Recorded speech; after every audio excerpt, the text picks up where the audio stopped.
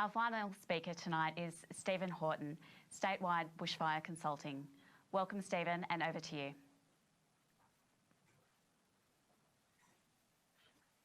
Good evening, everybody. Can you see my screen?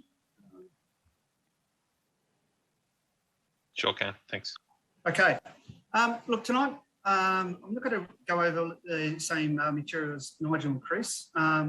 My presentation's more scope is more around some practical solutions you can do around your own property to reduce the fire risk. So I'm a consultant for BPAD accredited, and I'm also a full-time firefighter. So I've got a bit of a experience on both sides, on the emergency and planning side of bushfire. I was heavily involved during the Gospers Mountain Fire, and I have that local sort of perspective on it. And I've seen what a resilient community we have been. And we're still in that recovery process somewhat. The fires around Lithgow, Clarence, Dargan, and also up the hill at Mount Peak and Blackheath.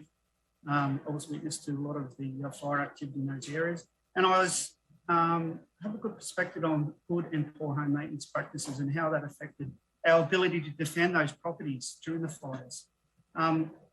So today I'm going to briefly touch on how you can prepare for the next bushfire, because there will be one. These cycles come sporadically, often between 5 to 10 years, and how we can keep on the ball. So an APZ, or an asset protection zone, is sort of what I'm going to deal with mostly tonight, and where you can go for help. So an asset protection zone is that area around your own home that creates that buffer between you and the bush. It's as sort of what Nigel touched on with the bower levels. The further you are away from the bush, the less radiant heat you're going to be exposed to, and the less risk your home is. But also it creates that defendable space, which was touched on earlier as well, which provides that defendable space for homeowners and firefighters to set up and protect the home in case of a bushfire. And it is a reminder that an asset protection zone should be used in good combination with other practices such as building construction, which Nigel touched on, access of firefighters, having that reliable water supply, and a family action plan, which Bill from the RFS was keen on making a note of. So I've got some local examples to show. So this is a property up at Dargan. Before the fire, you can see there's bush all around, but this little cottage actually had a fair amount of defendable space around it, and it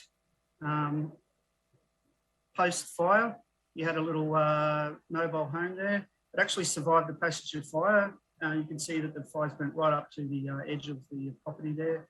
And even his mini home there, all the mesh had melted on the springs. The glass hadn't shattered, but he was lucky there that he had that defendable space and that area around his home.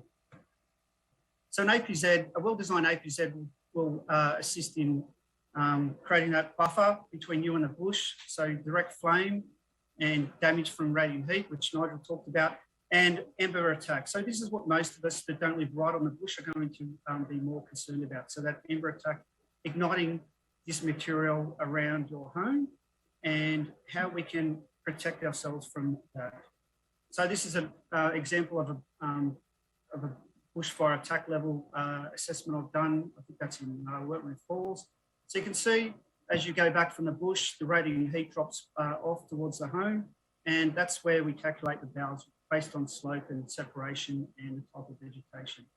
The further you are away from the bush, the risk drops off, but ember attack can attack your home from kilometres away with the right conditions. Some local examples of some assessments I've done. You can see here, you can see a house through the bush there. And in amongst the house is vegetation right up in and around this timber constructed dwelling. So this is an example of an extreme risk if embers landed in and around this home. Here's one that's actually in flame zone, and yet the this is an old home, but it's surrounded by managed gardens, brick and concrete, and it has a defendable space. So I'm much more comfortable being in this dwelling than the other one if the fire passage came past.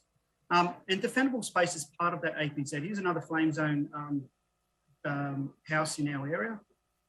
So even though the bush is right up against this home, this is flame zone. You can see the shutters on some of the windows. There is defendable space. It's not a lot, but it does allow firefighters to move around with hose lines and set up and defend this home should the fire front come through. So that's part of a managed APZ, is providing that land to firefighters to access.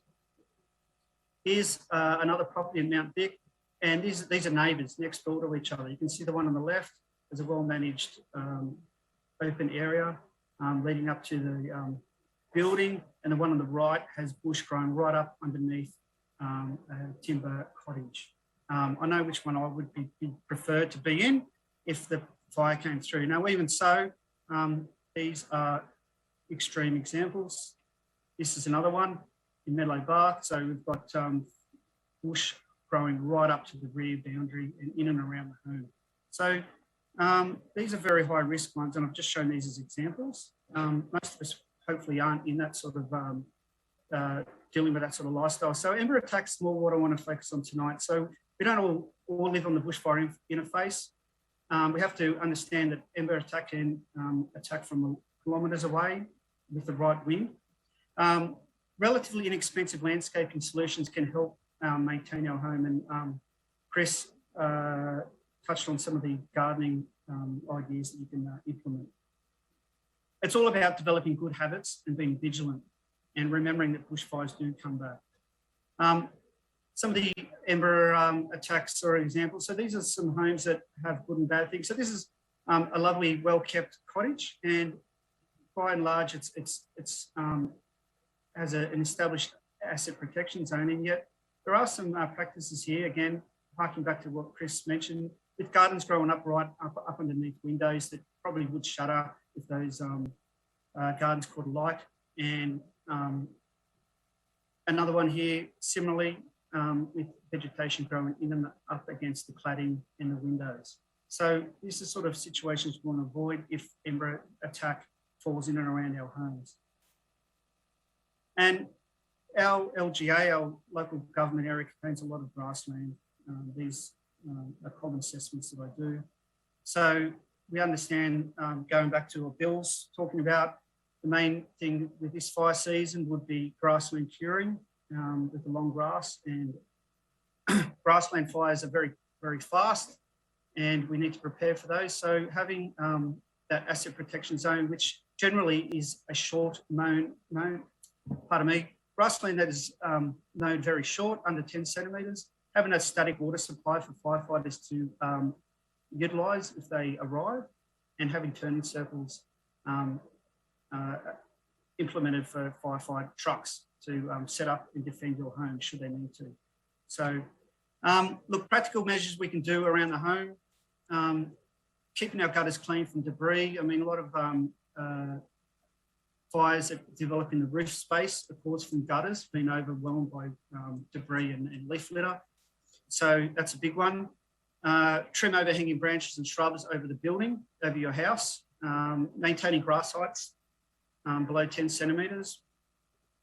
Practical solutions that we've heard about already that you can consider are not having wood piles near your home if you're into firewood. Not using mulch. Yeah, Chris mentioned using stone. And look, other little bits and pieces like having combustible outdoor furniture on your veranda and having gardens right up against your home aren't good practices. Having a reliable source of water that will reach around your house is very ideal too for yourself and for firefighters that arrive. Retrofitting is cheap. Like, you can go the whole hog, and with Nigel's brushed on how expensive building the flame zone in Bal 40 and even 29 can be for homeowners. So most of our old stock homes aren't catered to withstand direct fire attack.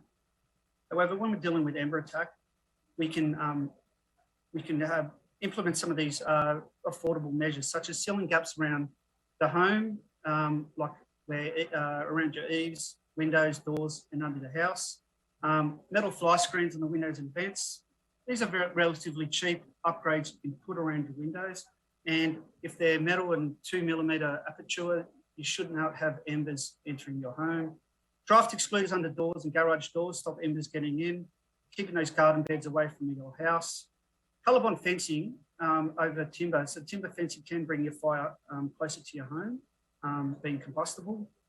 Stones rather than mulching gardens. Repair damage and missing roof tiles, which is another way that embers can enter your roof space. And if you have a pool or dam, having that static water supply sign at the entrance of your property will alert firefighters that are often, and this is my first world experience, is that firefighters run out of water very quickly when they're on the go. So they're always looking to fill up. So if you have that water supply available, that's a really good measure you can have that signage in front of your house. I won't go into construction too much, but just being aware that old timber stock homes with float glass are very vulnerable to fire, and we do feel comfortable in an old building right on the bush under a timber deck. So consider some of these upgrades that you might implement. And these old stock homes, again, with landscaping not being tolerant to fire at all, bringing the fire right up to the back door under a timber deck is a disaster. All right, so some things that you might think about is developing good, consistent habits for maintaining your property. Have that family survival plan that Bill from the RFS mentioned. Go to the RFS website, all those resources are there. Stay informed with media and apps, such as what Bill mentioned before. The Fires Near Me app is very, very good when there's fires in the area. Where is your closest neighbourhood safer place? There's you can look that up as well. That's a last resort place in your local suburb that you can fall back to if needed. If you do feel prepared to stay and defend, do you have the right equipment and are you prepared? There's an equipment checklist too that you can go to. Are you insured? This caught people out during the last fires and some people have become undone because of that. So make sure your insurance is up to date. And you can go to the RFS website with that link there. And there's some examples from the RFS website on what I've just discussed. And that's my little quick spill tonight about protecting your home. Thank you.